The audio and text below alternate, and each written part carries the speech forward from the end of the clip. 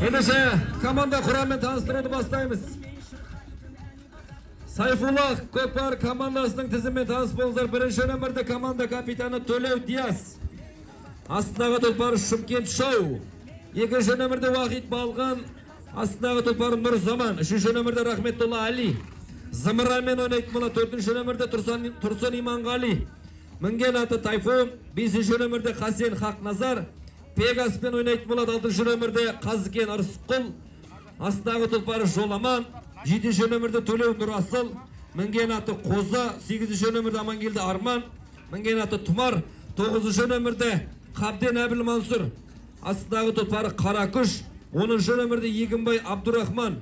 Астындағы тұлпары Ақтанау. 11-ші нөмірде Бапыш Мәди. Астындағы тұлпары Байғасқа. Сайфуллах командасына қарсы өнер көрсететін Май ауданы Сатата командасының тізіммен танысып болыңыздар. Бірінші нөмірді команда капитаны Бахар Өктем. Астындағы тұлпары Снайпер. Екінші нөмірді Оңалбек Нұрислам.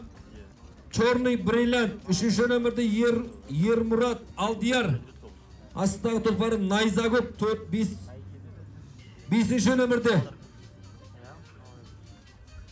Айтмұхасет Ерасыл.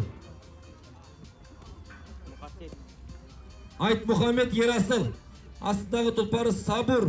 7-ші нөмірде Бекболат Нұрсат. Астындағы тұлпары Қарқара. 8-ші нөмірде Бекішев Нұрсұлтан. Астындағы тұлпары Нұрғасқа. 9-ші нөмірде Ғалым Нұрбек.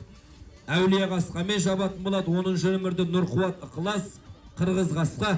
11-ші нөмірде Еркінбек Ұран. Астындағы тұлпары Ахилес. 12-ші нөмірде Қазен Арғын. Астындағы тұлпары Фартовый.